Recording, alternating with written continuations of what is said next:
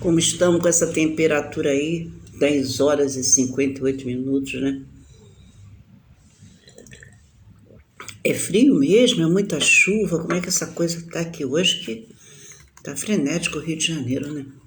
A impressão que eu tenho é que eu acordei na Suécia hoje. Muito, muito frio. Meu Deus do céu. Carioca não nasceu para frio, né? Carioca, ele nasceu para praia, sol, né? Futebol, samba e alegria, né? Falou em chuva, o carioca se recolhe, é um medo danado. Mas a chuva e o frio anunciando que este inverno chegando, porque a coisa está realmente frenética, né? Mas falta apenas 1 minuto para a gente começar o nosso papo.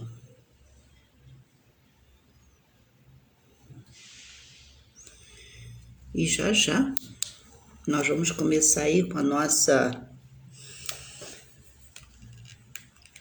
as nossas lembranças, né? Porque afinal de contas, falar de figuras que chegaram a compor a nossa história, em especial partícipe de tudo que aconteceu com o samba, né? É algo de interessante, né? E prazeroso. Portanto, aqui estou eu, às 11 horas, como eu sempre digo, né? Na cidade mais bonita do Brasil e, quiçá, do mundo, que é o Rio de Janeiro. Até gostaria de fazer um programa, né, sem usar meus glasses, mas a idade não permite mais, né? 6.9 começa a dificultar tudo e as coisas começam a parar, né? Então vamos que vamos. 11 horas, aqui no Rio de Janeiro, falei ponto. Professora Célia de Franco de segunda a sexta, sendo que de segunda a quinta temos temas que versam sobre a política, sobre os estados, sobre as cidades, os bairros e sempre o carnaval na quinta-feira. Já sexta-feira, fico por conta das minhas lindas e belas, maravilhosas, magistéricas, que são as mulheres que fazem com que esse Brasil se torne ainda maior do que ele é, por uma estrutura de um conhecimento pedagógico. Então, às sextas-feiras eu me dedico exclusivamente a conversar com as minhas magistéricas. Hoje parece que todos estão reclusos em suas residências, uma vez que o sol não dá o seu brilho diário e, contrapartida, de forma necessária e obrigatória, a chuva molhando nossas plantas, né? Regando ainda os jardins que nós temos em nossas vidas, porque eu costumo dizer que cada um tem um estado dentro de si, e esse estado chama-se vida, aonde cada momento corresponde a um município. Então, hoje nós estamos no momento em que a chuva vem compor o cenário do Rio de Janeiro e de tantas outras cidades do Brasil, acredito eu. Se no Rio de Janeiro chove, São Paulo, socorro, e por aí afora vai. Portanto, hoje eu estou eu e tia Ciata, mas ficará registrado aí para vocês, por conta de que é importante e necessário que a gente possa falar dessa figura que chegou a compor durante muitos anos o cenário da nossa cidade do Rio de Janeiro, mais precisamente, como eu falei ontem, no bairro da Praça 11 de Junho. Praça 11 de Junho, né? O local em que a reunião dos sambistas sempre nos festejos de Momo, porque ali acontece exatamente o desfile das grandes escolas de samba do Rio de Janeiro. Contrapartida, temos também o espaço físico denominado de Sambódromo, aonde nós temos a possibilidade de ver esse majestoso espetáculo. Então, estou eu sozinha, eu e eu, né? Crianças. E chegou alguém para dizer, Célia, você não está só, você também está acompanhado. Enio Manso, eu estou sozinha hoje, eu e você. Ainda bem que você veio me dar bom dia, porque senão eu ia falar, a Nilza já chegou, porque a Nilza é o seguinte, a Nilza é a redatora oficial, né? Porque ontem eu cometi uma gafe que, sinceramente, foge de todas as possibilidades quando eu errei. Bonjour, como ça va? Eu errei ontem quando escrevi o nome de Tia Seata. E se não fosse a Nilza, certamente eu estaria pagando esse grande mico, né, Nilza? Então, Nilza, tô eu, você e Enio. Mas fica gravado, e é como todo mundo diz, né? Que esse programa é o programa de preguiçoso, Nilza. Olha só, e já me perguntaram, né? Meu Deus, quem assiste o seu programa? Eu digo, são todos colunáveis, meus amigos colunáveis assistem, e os não colunáveis vão assistir no final de semana. Brincadeirinha, no final de semana eu dou ibope, né? Durante a semana não. E aí o pessoal diz, professora, tem que ser assim. Aí eu gravo para que as pessoas possam assistir. Portanto, Nilza, obrigada. Enio, meu filho, te amo de paixão. Eu nunca vou estar só enquanto vivo eu estiver. Olha, Nilza, eu costumo dizer que essa é a única verdade da minha vida, porque o resto é tudo utopia, né? Enio Manso é o meu filho, né?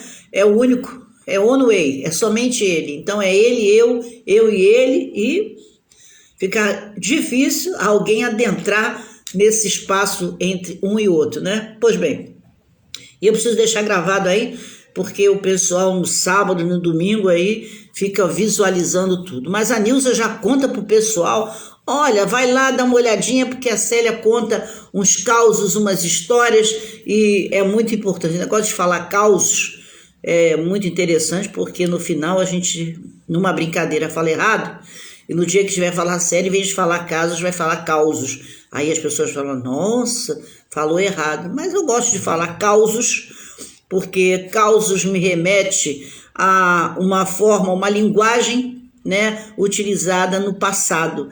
E esse passado que é muito bom lembrar, porque esse passado é a composição da nossa existência. Pois é. Então, quem é de amém, amém, né?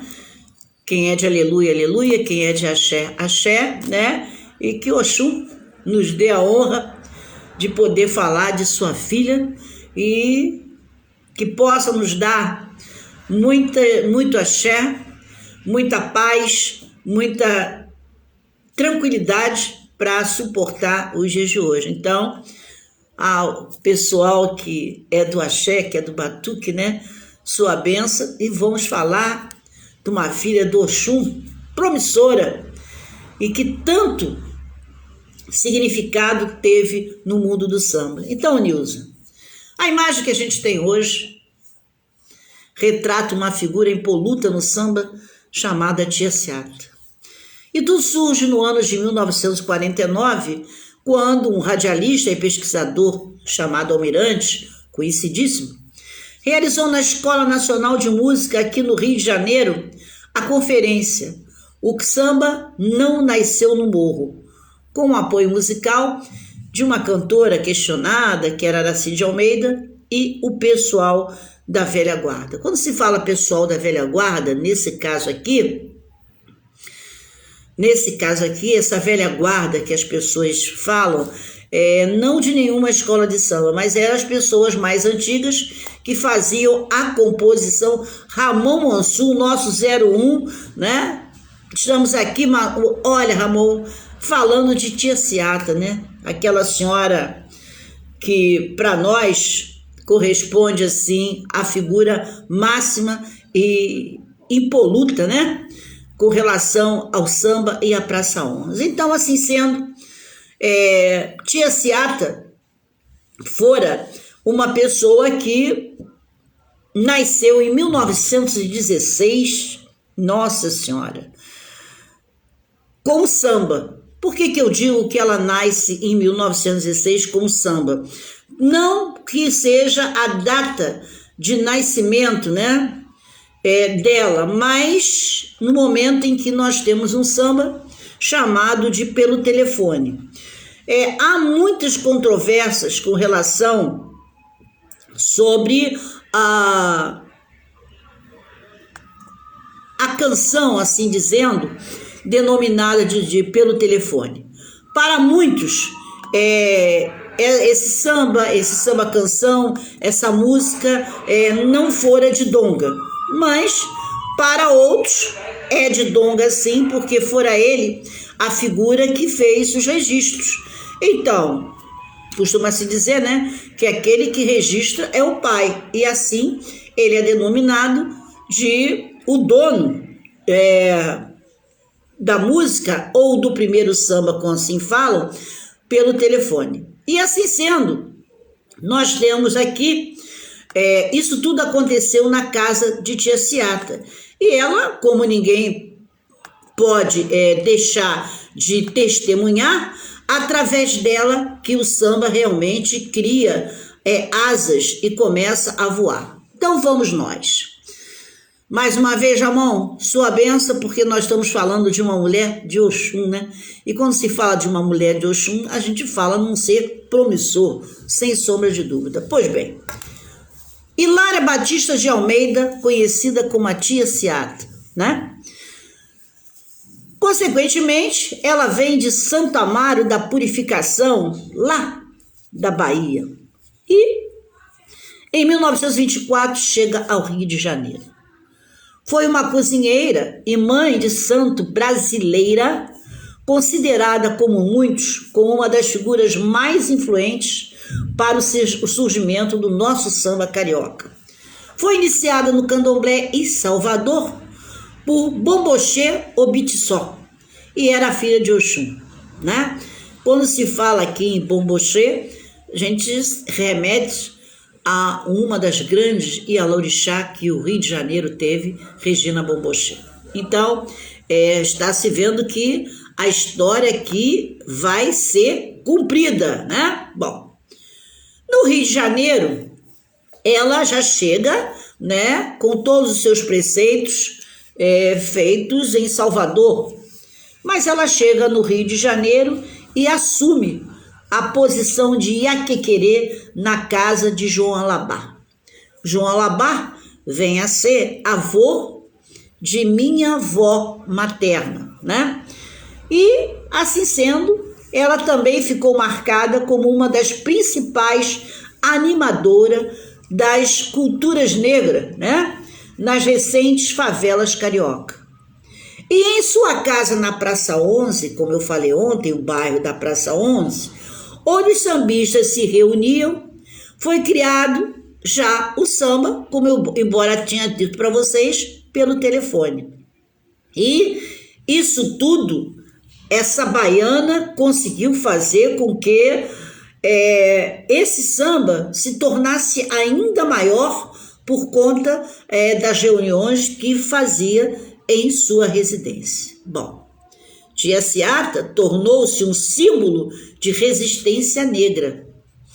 E, no Brasil pós-abolição, foi uma das principais incentivadoras do samba, depois de abrir sua casa para várias e várias reuniões de sambistas, sendo assim os pioneiros, quando a prática ainda era proibida por lei. Todos sabem que durante muitos anos, né, a polícia fora contra a prática, assim dizendo, de reuniões que pudesse ser oriunda de batuque, que para eles entendiam ser um legado deixado por negros, e aí associavam a baderna, e essa baderna eles entendiam que não podia acontecer, porque é claro que um tambor, o batuque, o som é estridente, e por mais que se tente abafar, esse som se propaga de forma assim muito vertiginosa, que diga-se de passagem, é muito bom, né?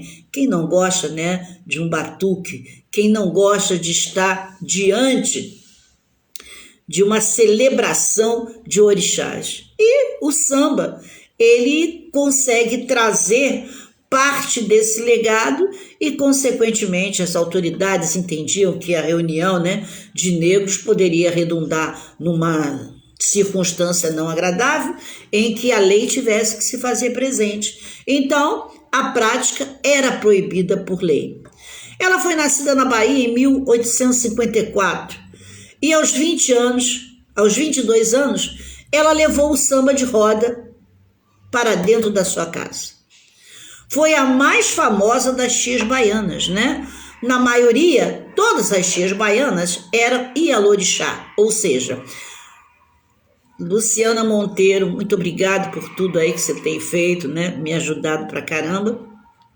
E dizer que eu serei, assim, eternamente grata a você aí. Bom, então, voltando aqui, quando se fala nessas tias baianas, essas tias baianas, elas eram e continuam sendo, em via de regra, as pessoas que administram os terreiros de candomblé. Então, são as consideradas mães de santo. E quando se falava em tias baianas, já entendíamos perfeitamente bem que nós estávamos diante de celebridades do candomblé, a maioria delas, né, oriundas de Salvador, Bahia, né? Então, obrigado por estarmos juntas sempre, isso é muito, muito, muito bom. Assim sendo, né, quando essas tias acabam se reunindo, aí sim, aí o samba tem uma postura maior. E as tias baianas, todas elas vinham de Salvador, especialmente na década do século XIX. E entre o século XIX e o século XX, elas vieram de Salvador para se alojar exatamente aqui no Rio de Janeiro, na nossa Praça 11 de Junho. Luciana ontem não esteve aqui, mas foi muito bom o nosso bate-papo, porque ontem tivemos bastante pessoas aí falando da Praça 11 de Junho. Então, assim sendo, tia Seata, como já falei para vocês, que ela era conhecida com esse nome, mas na verdade o nome de batismo era Hilária, né? E a data do aniversário dela se torna um pouco, até hoje, os historiadores têm uma certa dificuldade de saber exatamente o dia em que tia Seata nasceu. Eu tenho aí Luciana Andréia, que é a responsável pelo Empodera, né? Pelo projeto Empodera Samba, que mora próximo à bisneta de tia Seata. Então, através dessa bisneta, eu certamente devo saber o dia em que tia Seata nascera, o que é, até hoje, para os historiadores, grandes dúvidas, né? Assim sendo, tia Seata chega aqui com 22 anos, né? Já trazendo uma filhinha, né? Com o nome de Isabel, e nessa sua chegada, claro, uma baiana é sempre uma baiana, né? E chegando no Rio de Janeiro, toda assim maravilhosa, tal e coisa, ela então conheceu Norberto da Rocha Guimarães, com quem teve uma filha, mas o relacionamento não foi adiante. Ela ficou solteira e com as filhas para criar, né?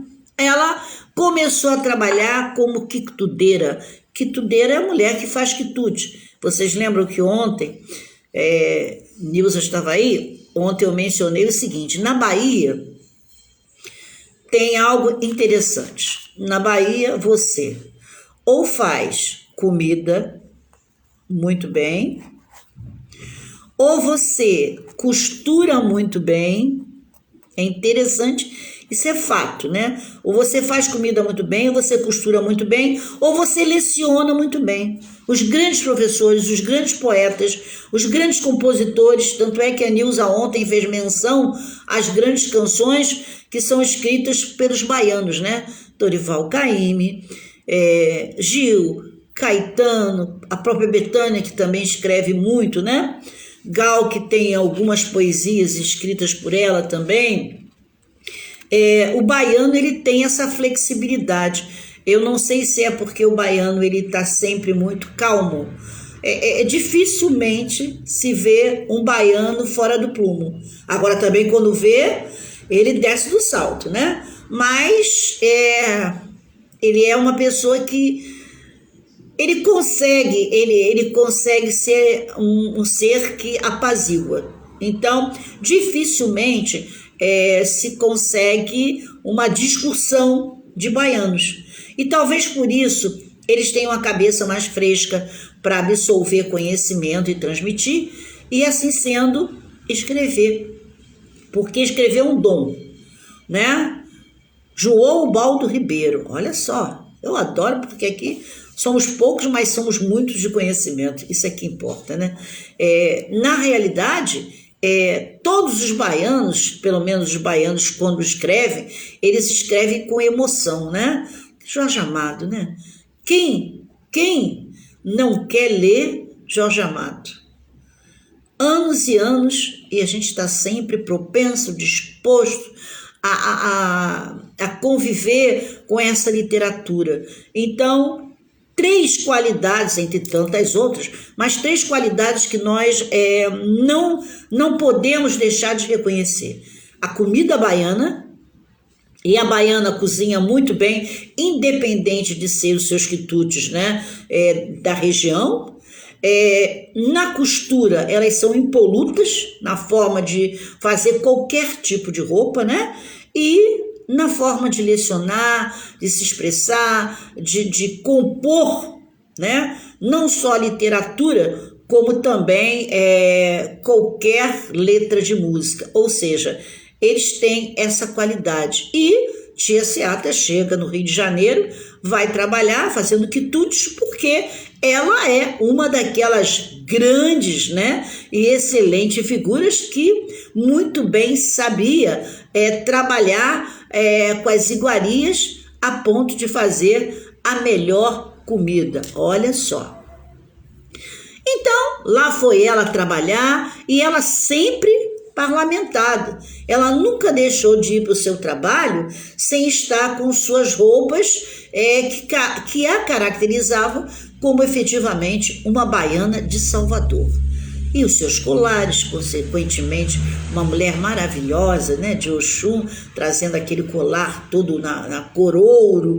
Imagino com aqueles vestidos, com aquelas vestes de rechilier, deveria ser sim algo, porque o baiano gostava de uma roupa engomada, né? Eu digo isso porque a mãe da minha mãe, ela engomava as roupas assim, aí ficava aquilo ali tudo, enfim, perfeito, né? E, consequentemente, bom, ela acaba, com o tempo, casou-se depois com João Batista da Silva, funcionário público, e ela teve nada mais, nada menos. RP estava sentindo sua falta. O grande compositor de Ribeirão Preto e de Vila Isabel chegando. Estamos falando de Tia Seata, RP?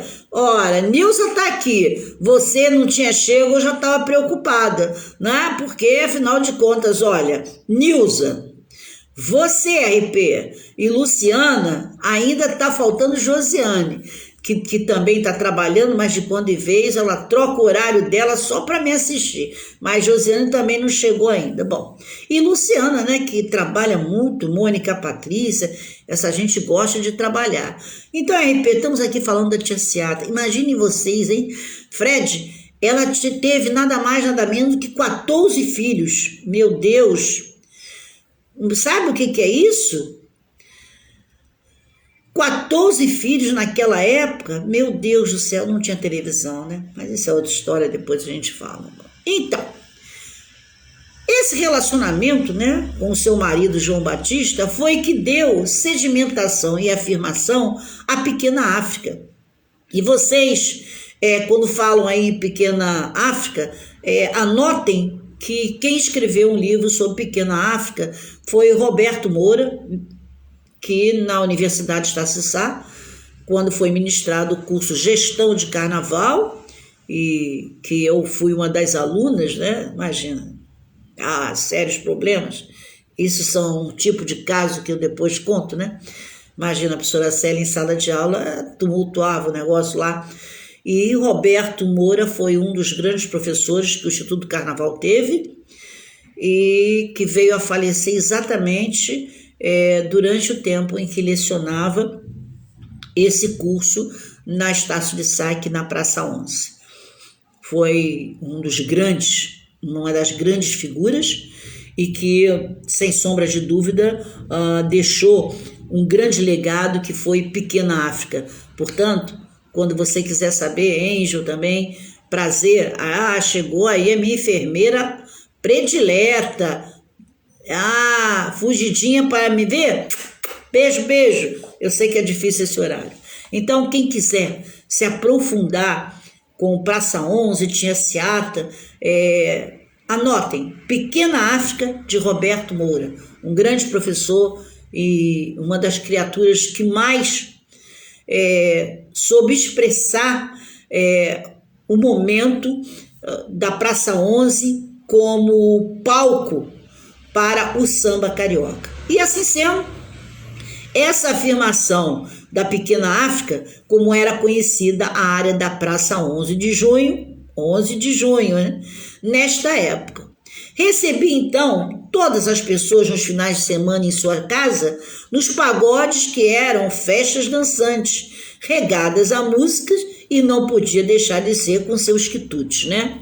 Cantava com autoridade, respondendo aos refrões da festa, que arrastavam-se por vários dias. Os vários dias começava sexta-feira à noite, era sábado o dia inteiro e domingo o dia inteiro. Então, esses dias, não pensem vocês que era de segunda a segunda, não. Mas, no final de semana, a coisa ficava estreita a nível de convívio. Luiz Paulo Antunes, chegando, tá aí, mestre, se eu não falar nele, ele diz que eu cancelei ele. Então, ele, quando chega, eu tenho que falar logo. Olhei para ele, ele tá aí, eu tenho que falar. Luiz Paulo, se estiver trabalhando, grande abraço para você e muito bom ter você aqui. Então, o que acontece? Dentro desse pagode tinha uma coisa denominada, que hoje já não se fala muito, Partido Alto. E o que era o Partido Alto? Partido Alto era uns refrões, umas frases, onde uma pessoa, isso é uma roda de sambistas, então um começava a fazer um canto e o outro continuava a frase e depois passava para outro. Um exemplo assim, o da cabeceira começava tuti de madame tuti, de madame tuti. Aí ele falou Madame Tutti, lembra-se francês, né? Aí o outro já ia, je veux parler français. Aí já ia Tutti de Madame Tutti. Aí outro falava, eu já não quero mais falar porque é francês. E assim eles iam. Dentro dessa rima, eles faziam a brincadeira e aí saiu o Partido Alto. Partido Alto difere do samba. O samba, as pessoas entendem que pode levantar o pé, né? O samba pode fazer firula, mas o Partido Alto não. O Partido Alto é um samba miudinho, onde você não tira o pé do chão e vai dançando, mas o que mexe mesmo são as cadeiras, né? Então, mexe as cadeiras aí. Então, o Partido Alto, ele é assim. Ele é muito no chão, é quase semelhante aos jongueiros, né? Quem gosta do jongo sabe muito bem que o jongo ele vai muito com o pé no chão e fazendo toda aquela firula, e assim mais ou menos quando se dança o Partido Alto não se tira pé do chão. Quando se tira pé do chão já sabe que é sambista, né? Mas é um sambista que não vem de raiz, é um sambista que está chegando aí, né? Vamos dizer assim, era sambódromo, porque eu reputo os sambistas em duas épocas, época da Praça 11, da Presidente Vargas, Praça 11, propriamente dito, e ontem nós comentávamos o quê? Que o primeiro desfile em que Mangueira se sagrou campeão em 1930 aconteceu na Praça 11, né? Então eu digo o seguinte, existe o sambista de anti-sambódromo e pós-sambódromo. Pós-sambódromo pode tudo, né? Dá pirueta, joga não sei quem pro alto, vira para cá, vira para lá, né? foge da essência do samba de roda, né? O samba do partido alto, né? Do próprio jongo, que as pessoas dançam com seus pés no chão. E a firula que faz é com o corpo. Bom, e assim vamos nós. Bom, acontece que tais reuniões traziam para a casa da tia Seata diferentes compositores e figuras da noite carioca, como Hilário, Donga, Senhor, João da Baiana, e lá ela fazia os seus saraus. Coisa bonita, né? A casa da tia Seata, na praça 11 de junho, era tradicional ponto de encontro de personagens do samba carioca, tanto que nos primeiros anos de desfile das escolas de samba, era obrigatório passar adiante da casa de tia Seata, ou seja, era o ponte. Onde era o ponte. Um momentinho só aqui, RP, professor, uma pergunta que eu tenho dúvida, de onde veio a frase? Acho que veio depois de Martim da Vila, mas tenho dúvida. Esta frase é Iaiá, veio antes? Sim, porque, inclusive, vamos dar um adendo aí, que já o RP faz uma pergunta com relação ao samba, e pelo que eu estou vendo aí, temos Beija-Flor, temos Portela, temos Vila Isabel, tem Luciana, que é tudo ao mesmo tempo, não sei, ela mora lá por Madureira, mas também não sei o que é, então nós temos o samba, né? Quando se diz de Iaiá é uma, vamos dizer assim, como se fosse uma expressão idiomática que o baiano usa muito. Vem cá, Iaiá. Iaiá é uma moça, né? Iaiá é uma mulher graciosa, é uma mulher querida. Iaiá, vem cá, né? E aí eles aproveitaram, ou, por exemplo, eu digo um dialeto, né? Bahia tem um dialeto, que é uma mistura do português, propriamente dito, e umas pontuações para a nossa língua oriunda de Salvador, Bahia, né? E Iaiá é uma, vamos dizer assim, seria uma expressão idiomática utilizada por baianas, sim, né? Tanto é que Martim da Vila, quando faz Iaiá do Cais Dourado, ele começa no Cais Dourado da velha Bahia, onde estava o capoeira, a Iaiá também se via. Quem era a Iaiá? É a moça bonita, né? Interessante, aquela mulata de corpo escultural, cintura fina, né? Os seus glúteos um tanto quanto lá. Não falei? Josiana ia chegar tarde, mas chegou. Mariana e Marinho chegaram juntas, né? Foram colegas de sala de aula, colegas de trabalho. Então aí, para e passa. Chega a Josiana, chega a Mariana. Beijo para as duas, um beijo para essa criança e um beijo para os maridos, né? Porque se eu não deixar um beijo, um abraço para os maridos, não tá legal, né? As mulheres não muito, porque sabe como é que funciona, né? Mas um beijo aí para o marido, Josiane, um beijo para essa criança e Mariana para o seu esposo também. Bom, então voltando aqui, Iaiá está explicado. Iaiá é uma expressão utilizada para moça, né? Para mulher assim bonita, né? Avantajada, que tem em Salvador. Bom, o Rio de Janeiro e outras cidades do Brasil, ela ainda tem uma, vamos dizer assim, uma forma de requintada de utilização do nosso idioma português, do português. Bahia, olha que interessante, Bahia, Maranhão, eu considero que existe aí muitas semelhanças, né? Muitas semelhanças, inclusive a nível do que se refere à religião do candomblé. Maranhão, ele também cultua as matizes africanas de caráter assim, bem acentuado. Então, o que se vê muito Dom Chico, olha, o homem que o príncipe Charles considerou grande comunicador e que eu já botei lá no grupo o seu retrato para todo mundo ver que você foi o preterido do príncipe Charles quando esteve no Brasil. Não é qualquer comunicador, né?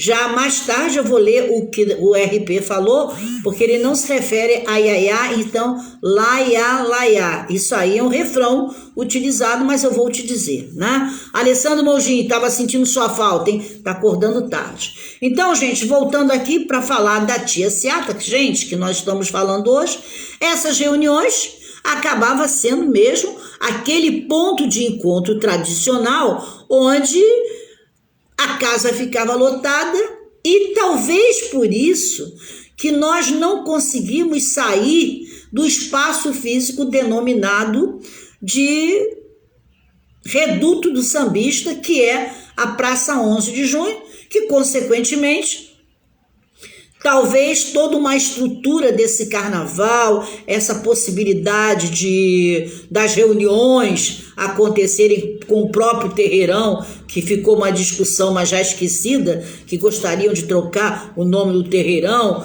para Nelson Sargento, aí outros disseram que tinha um nome, enfim, o assunto morreu aí, como tudo acaba em pizza nesse país, no Rio de Janeiro mais ainda, morreu o assunto do terreirão. Mas se vocês observarem, a essência do samba está exatamente ali, né?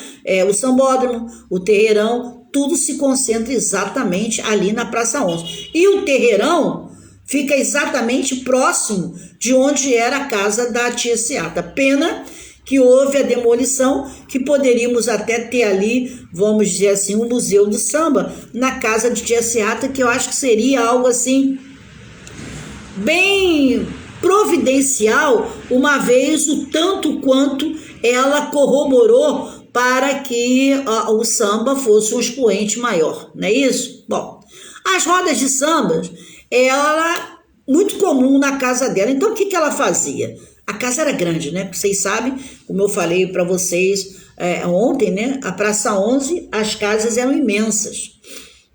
Feliz eu que tive a chance de ter nascido numa daquelas casas antes de se tornarem casas de cômodo, né? Já com a explicação que eu dera ontem, que as casas da Praça 11, elas eram casas de 2, 3 andares. Por quê? No primeiro andar ficava a loja, e no segundo e terceiro a família habitava. Então, os comerciantes, os italianos, os espanhóis, os portugueses, os judeus, quando vinham para o Brasil, a maioria se alojava no centro do Rio, por questões financeiras e condições de montarem os seus negócios, né? Então, o tempo foi passando, conforme eu expliquei ontem, eles foram saindo, migrando para outros lugares, e aquelas casas foram ficando vazias e tendo que ser alugadas para os menos favorecidos.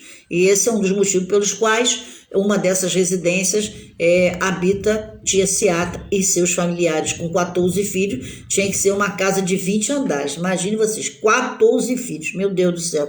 Eu tenho um só, já fiquei louca, imagina 14. E eu já estava no manicômio. Bom, assim sendo, o que ela fazia? Já que as rodas de samba eram comuns na sua casa, ela delimitava espaço. E o que ela fazia? Os mais velhos ficavam na sala da frente, né?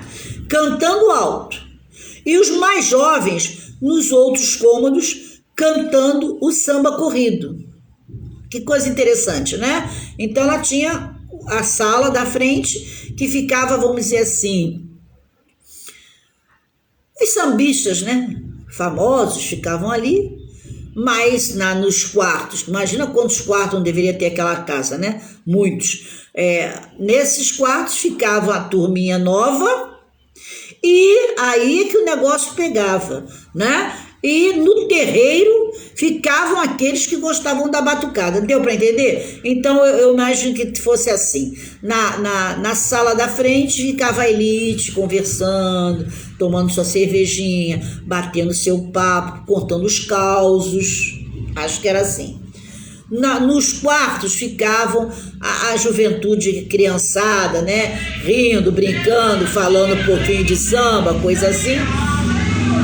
Olha, o cara passando aqui vendendo os ovos, né? Para dar para noiva.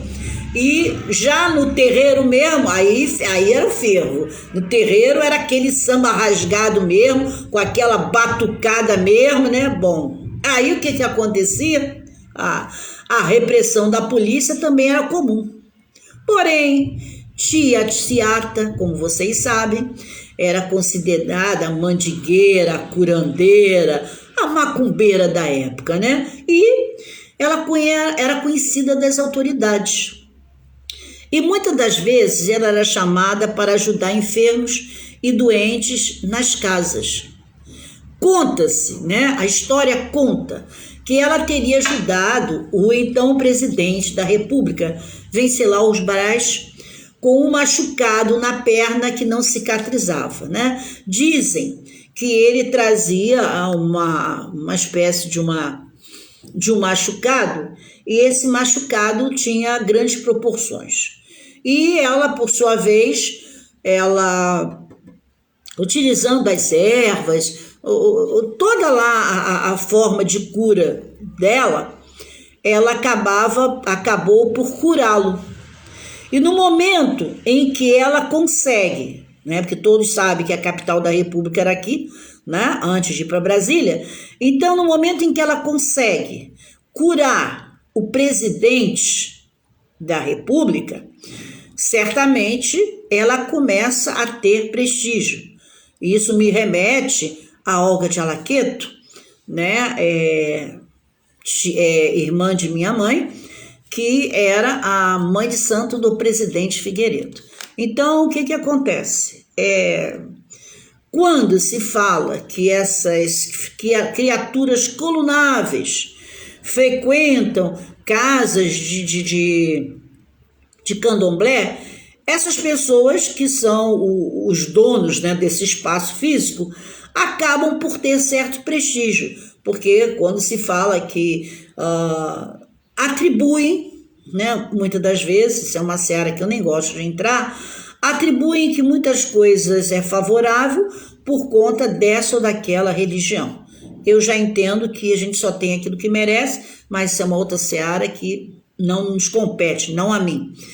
E como a tia Ciata cuidou do nosso presidente Venceslau Braz, ela passou a ser realmente uma figura respeitada e considerada dentro de Rio de Janeiro, no estado da Guanabara, né, onde qualquer coisa a fazer com esta senhora seria motivo de pensar o que fazer, uma vez que ela era preterida do presidente da República. Então, né, imagina, se hoje ser amigo do presidente significa estar acima do bem e do mal, imagina como não era antes. Bom, tia Ciata, além de cozinheira, ela era costureira e, quando em vez, ela estava na sua casa, né,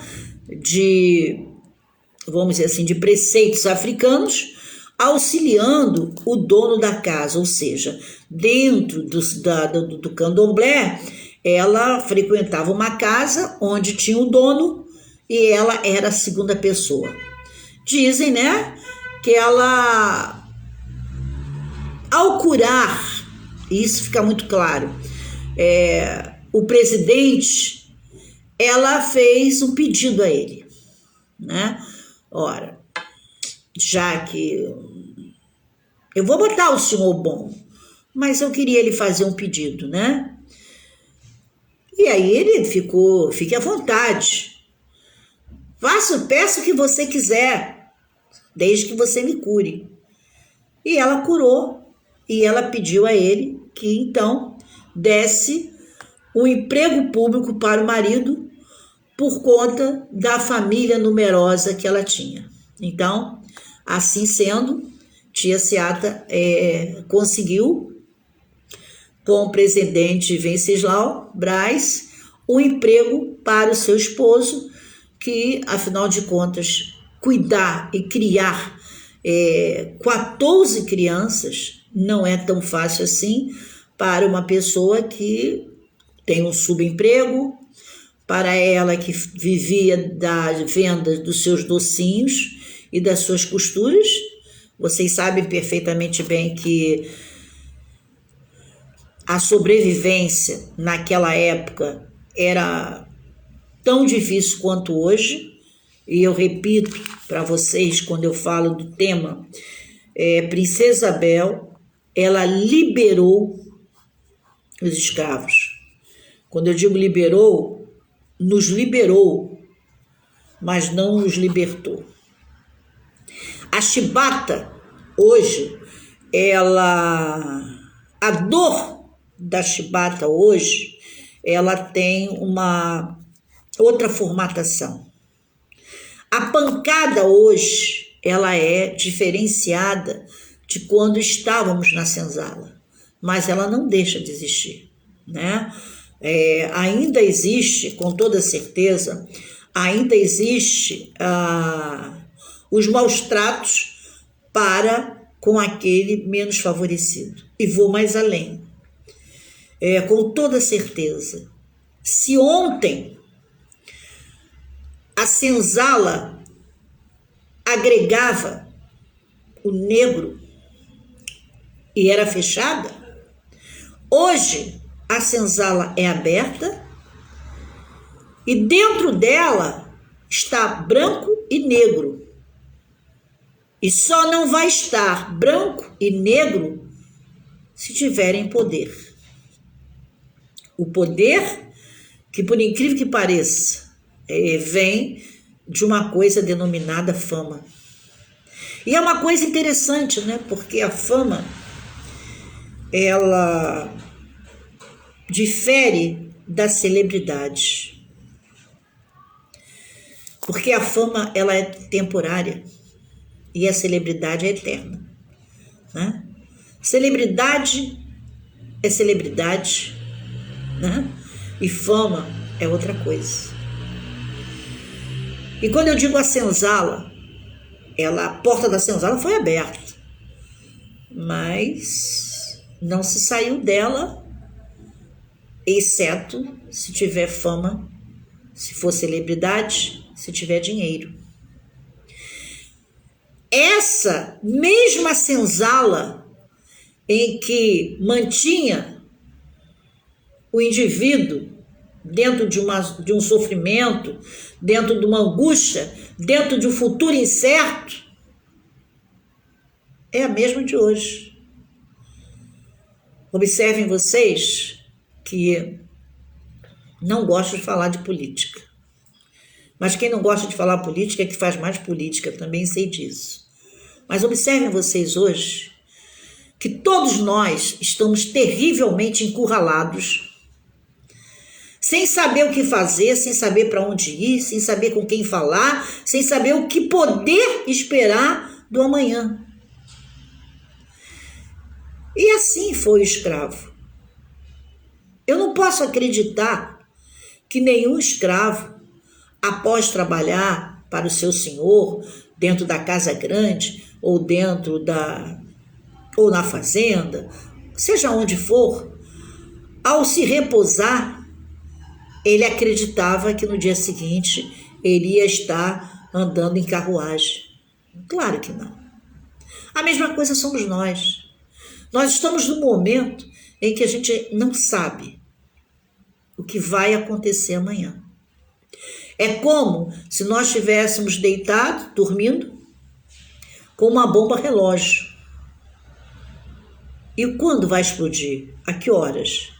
Essa hora a gente também não sabe. Então, eu, Célia, digo, houve a abertura da senzala, mas não tivemos o direito de saber como teríamos que sobreviver. Quando se coloca um direito que não se sabe o que vai fazer com esse direito, ele não existe, ele é inexistente. O subemprego, a libertação dos escravos, que não é libertação, é liberação, vou morrer dizendo isso.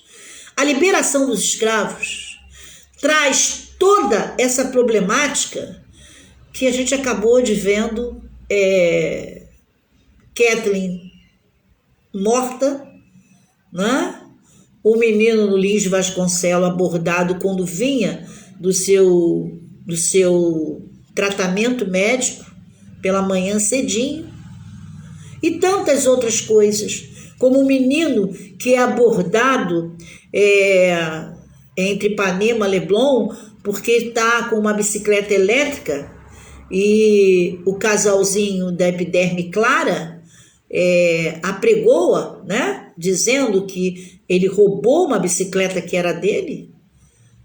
Então, isso tudo é fruto de uma suposta liberação, que nem liberação é de fato direito, uma suposta liberação que não deu condição de que ele pudesse estar par e passe com os outros da epiderme um pouco mais clara.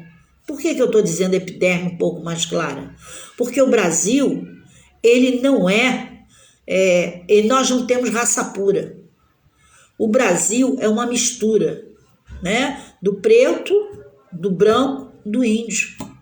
Quando eu chego lá no Maranhão, no Ceará, Recife, Pernambuco, Fortaleza, eu vejo mulheres de epiderme escura com os olhos azuis e os olhos verdes. O que houve ali? Foi a mistura do negro com o francês, do negro com o espanhol, do negro com o italiano. Em todos os lugares, de norte a sul, no meu país, nós temos aí o mesclado, eu digo mesclado. Na parte da região sul, né, é menos visível a presença da epiderme negra, escura, por conta da concentração em massa, né, de pessoas oriundas da Alemanha, da Itália, da França, do Japão.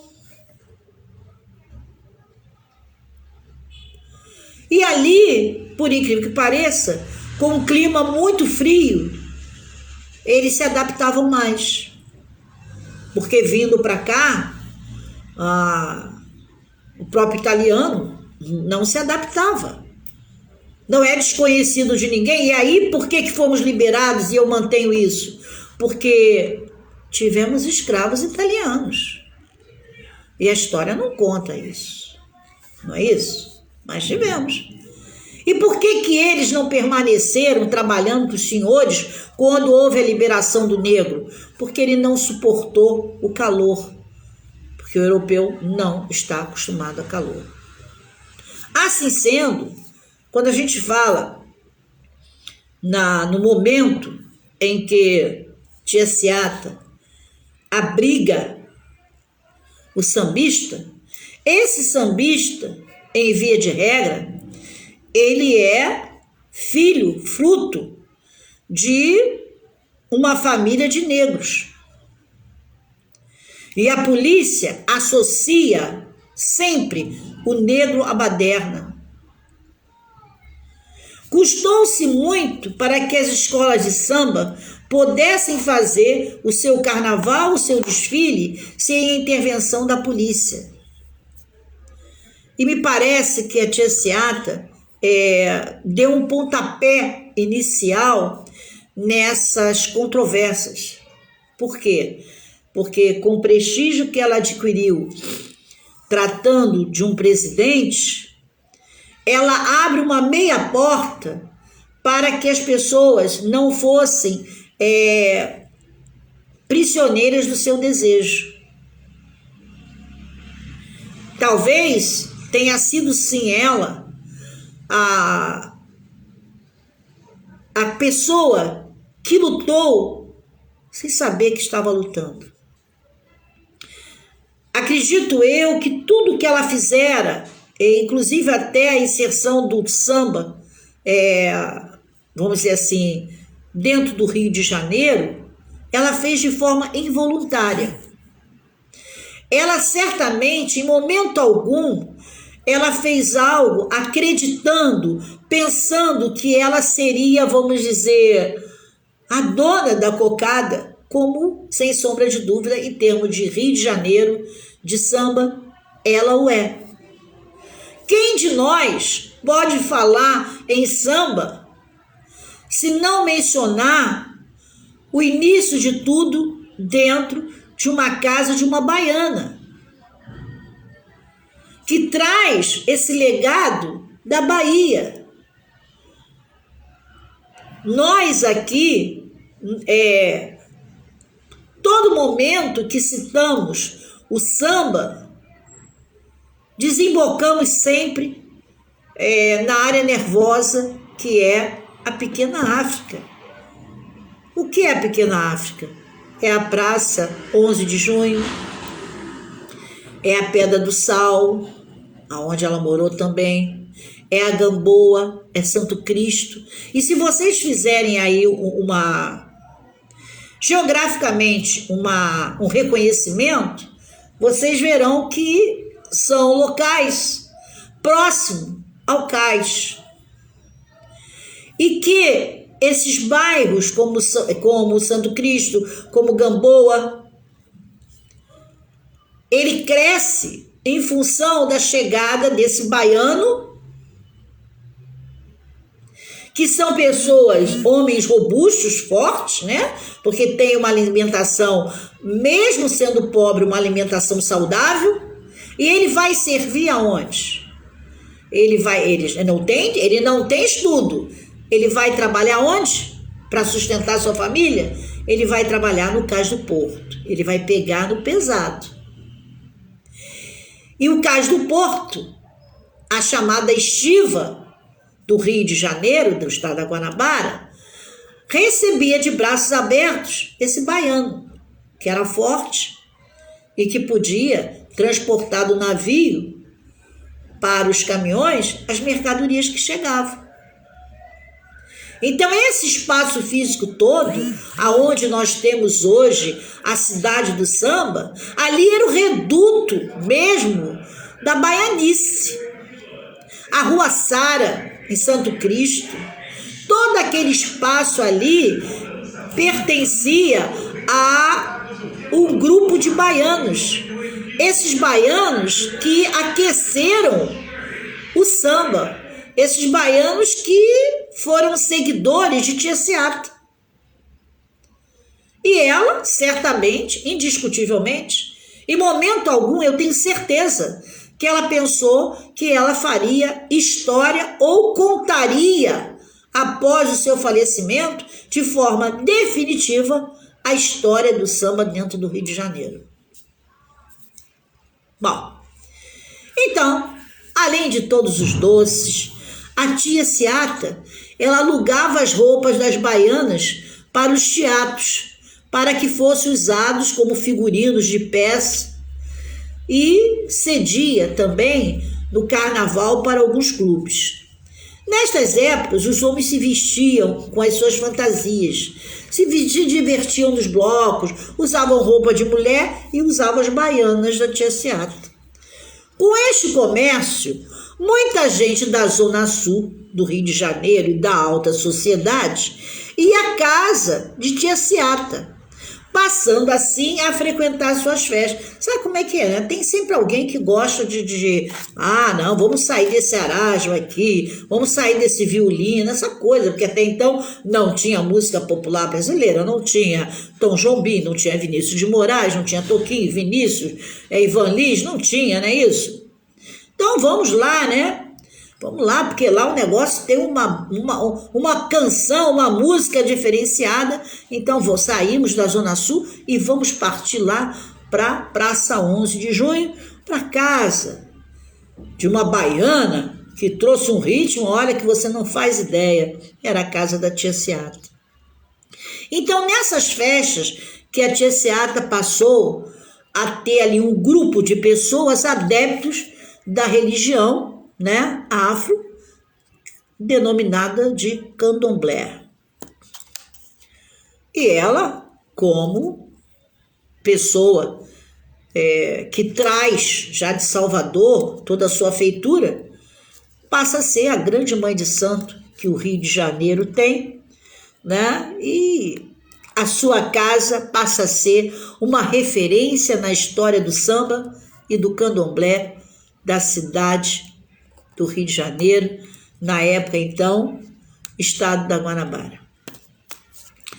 O marido de Tia Seata, que era João Batista da Silva, morre em 1910, época em que Tia Seata já era considerada uma autoridade e uma estrela no meio do samba carioca. Tinha respeito, popularidade, muito maior do que qualquer personalidade dentro do nosso estado. E um detalhe, hein? Entre os negros, ela era a negra,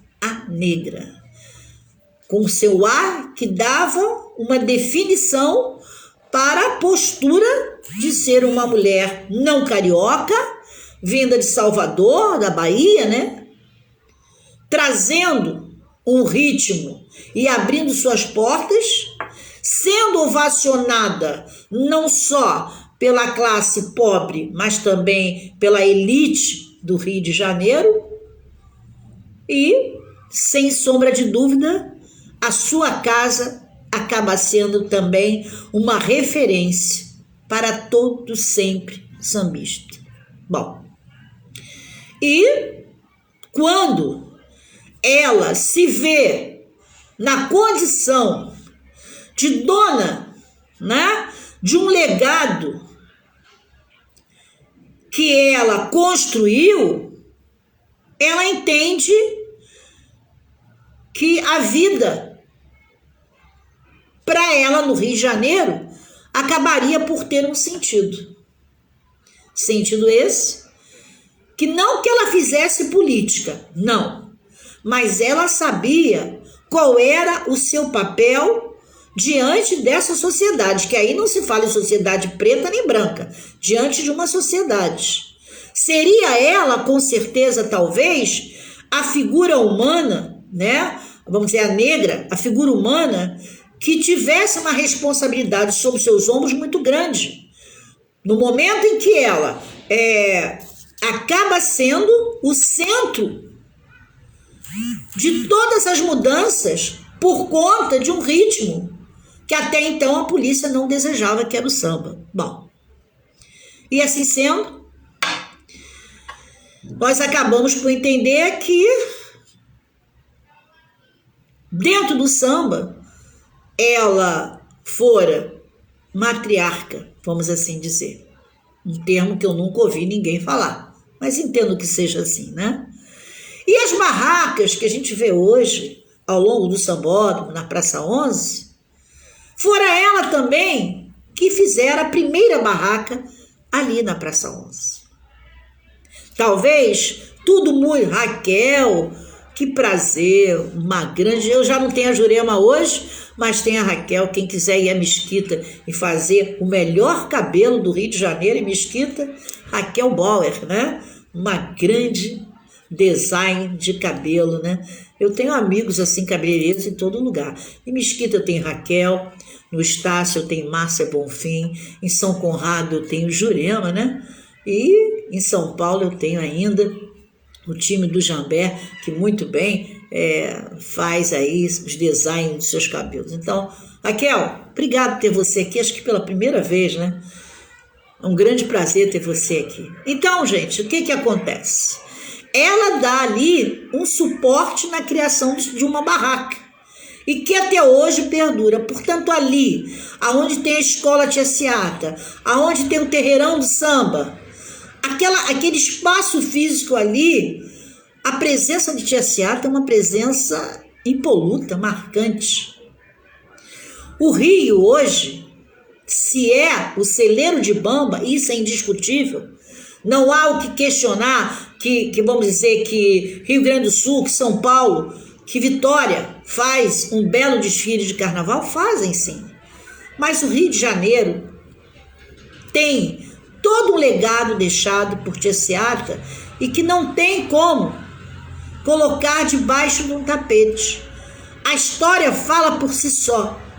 A nossa história do samba, do carnaval, não podemos fazer de conta que é inexistente a Praça 11. Muito menos a Tia Seata. Então, temos muito que entender que no dia, não o dia precisamente, que no ano de 1924, e que a data também é incerta, Tia Seata veio a falecer. Ela realmente faleceu nova. Não com muitos anos, eu acho que 70 e poucos anos. Mas ela ainda deixou as tias, essas tias que são respeitadas hoje, que são as baianas das escolas de samba. Se vocês observarem, toda escola de samba tem um carinho imensurável pelas baianas. Por quê? Tudo começa com elas. E foi através delas que o samba acabou sendo um expoente maior. E que, mesmo para as pessoas de outra religião, temos aí Raquel, que é uma pessoa evangélica, que eu conheço bem, independente de religiosidade, nós temos que entender o que é um processo econômico. O país vive dependendo de ser aquecido por uma economia. No Rio de Janeiro, o grande elemento que sustenta a cidade, em boa parte, é os festejos de Momo. Esqueçamos a festa profana. Vamos pensar num espetáculo.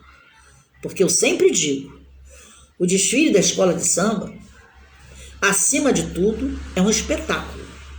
Como dizia Joãozinho 30, né? É uma ópera ao céu aberto? Não tenha dúvida que não seja. O é. E ali, ele permite que venham várias e várias pessoas do mundo para assistir. E no momento que essas pessoas vêm para assistir, elas se alocam nos hotéis. O setor hoteleiro ascende no momento em que nós falamos em Ano Novo e Carnaval. Essa hotelaria toda, para poder existir e se manter, ela precisa ter profissionais. E aí ela dá emprego. É uma coisa. Por outro lado, aquele espetáculo ali vai depender, para que ele exista, de profissionais na confecção de figurinos. Porque aquela fantasia é um figurino. Aqueles figurinos não são feitos de um dia para o outro. Depende de costureiras, figurinistas, pintores de tecido, artesãos de gesso, de vime. O que envolve esse festejo de Momo, a nível econômico, é imensurável. Portanto, no Rio de Janeiro, em São Paulo, em Vitória, no Rio Grande do Sul, no momento em que nós temos o Carnaval, ele traz para os cofres do Estado um numerário significativo. A economia, para quem estudou economia, sabe o quanto é necessário aquecer o mercado para que essa cadeia produtiva possa gerar imposto e, em cima desse imposto, esse Estado sobreviver.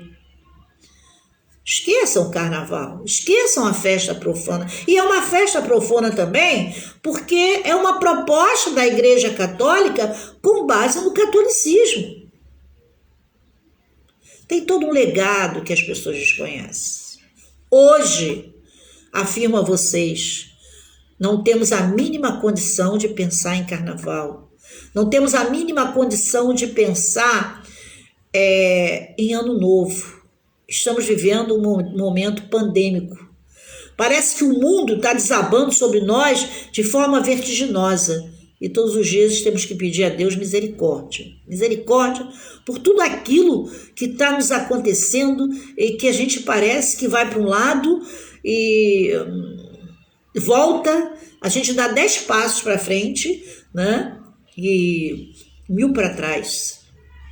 Como ouço uma pessoa dizer todos os dias, parece uma sabatina ao telefone: Célia, vem embora desse país porque esse país já deu. Mas eu sou brasileira. Eu sou carioca. Eu tenho certeza que eu vou morrer no meu país, porque é o que eu quero. Aqui eu nasci e aqui eu vou morrer. Mas, quando se fala em carnaval, e todas as quintas-feiras eu falo de carnaval, não sei se teremos carnaval em 2022, em fevereiro de 2022, eu não sei. Eu não acredito nessa possibilidade, porque a coisa ainda está muito embrionária, né? Mas é necessário que saibamos. O carnaval aquece nossa economia. Os nossos cofres estão vazios. Então, independente de religiosidade, esse é um produto que o Rio de Janeiro, que São Paulo vende, que Vitória vende, que o Rio Grande do Sul já vende também. E que enche sim os nossos cofrinhos. Senhores, hoje é quinta-feira, estamos aí às 12 horas e 9 minutos, né? Na cidade mais bonita do Brasil, quiçá do mundo, que é o Rio de Janeiro. Eu espero que vocês, eu sei que amanhã é o dia das magistéricas, e o pessoal aqui não vai fazer concurso público, na sexta-feira não me assiste, porque é um programa direcionado, não digo que é um programa, né? É uma aula mesmo, direcionada para o pessoal, né, do magistério. Então, não digo missão cumprida, porque missão cumprida é muita presunção, né, da parte de um ser humano. Mas é para vocês que continue acreditando na ciência, porque somente a ciência nos dará condição dessa sobrevivência. Não se esqueçam, água, sabão, gel e a máscara, porque mesmo tomando essa bendita vacina, né, não estamos isentos de passar essa enfermidade para as pessoas. Luciana Monteiro, muito obrigado. Você é minha inspiração. Muito obrigado. E dizer-lhes o seguinte: cuidem-se. Não aglomerem. Nilza, não sai de casa sem sua máscara. Vários aniversários acontecerão no futuro próximo. Hoje, fica em casa. Só saia de casa se realmente tiver que ir trabalhar. Se não tiver, não saia. Fica em casa. Porque muitos carnavais virão, muitas festas virão, muitos batizados, né? Ontem eu recebi 2 filmagens de 2 lugares bombando e ninguém com máscara. Então isso não vai sanar. Só para alerta para vocês, 791 leitos estão lotados no CTI de pessoas com a Covid. Né? Se quiserem, fiquem à vontade, posso levá-los a hora que quiserem. No Gazola, no Miguel Couto, no Souza Guiar, porque tenho acesso, né? Por todo o tempo que com eles trabalhei. E levar vocês lá para dar uma voltinha, porque só no tratamento de choque que a coisa resolve. E eu estou à disposição. Se quiser ir, vamos que eu levo vocês. Então, como está dizendo Luciana, muitos aniversários virão se as pessoas ficarem em casa. Se não, né? Aquela coisa, né? O festejo de São Pedro e São João, fique em casa, porque senão você vai conhecer realmente São Pedro lá e não fazer a festa dele aqui. Beijo da gorda, porque foi bom ter vocês. Nilza, obrigada. Mariana, obrigada. RP, obrigado. Luciana, muitíssimo obrigado. Enio, muito obrigada. Raquel, muitíssimo obrigado. Dom Chico, você que é o homem da DC Miriti, que é a figura que o príncipe Charles considerou o melhor da comunicação no Rio de Janeiro, muito obrigado. RP, bom ter você aqui, porque contando os causos, né, como eu digo, contando os causos da forma que eu digo, é salutar. Hoje, em especial, não é o melhor dia, porque eu não sei por quanto tempo, mas eu ainda estarei aí com grande dificuldade, até mesmo para acordar por conta de excesso de remédio, mas eu espero que no futuro próximo tudo esteja melhor, né? Que a gente possa dizer que vale a pena viver. Muitíssimo obrigado. Consegui até tirar o óculos, né? Porque estou enxergando assim, na medida do possível, ainda razoável, ainda estou vendo alguma coisa. O dia que eu não ver, eu aviso a vocês. Bom, espero que vocês tenham um bom final de semana.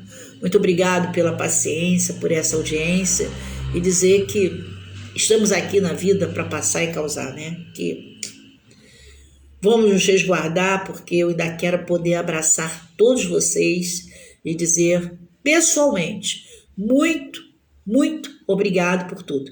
Alexandre, muito obrigado pela sua presença, pela sua audiência. Luiz Paulo, vai com Deus, porque ele fica dizendo que eu fico cancelando ele. Beijo, beijo, beijo. RP, Nilza, muito obrigado. Dom Chico RP, Luciana, Enio Manso, Mariana, Josiane. Gente, obrigado, obrigado, obrigado. Fui. Até para vocês segunda-feira, né? Porque amanhã é o dia das minhas mastéricas. Fiquem com Deus, hein? Bom final de semana e cuidem-se. Cuidem-se, porque eu ainda quero poder abraçar um por um, hein? Até semana que vem, se Deus quiser. Fiquem com Deus.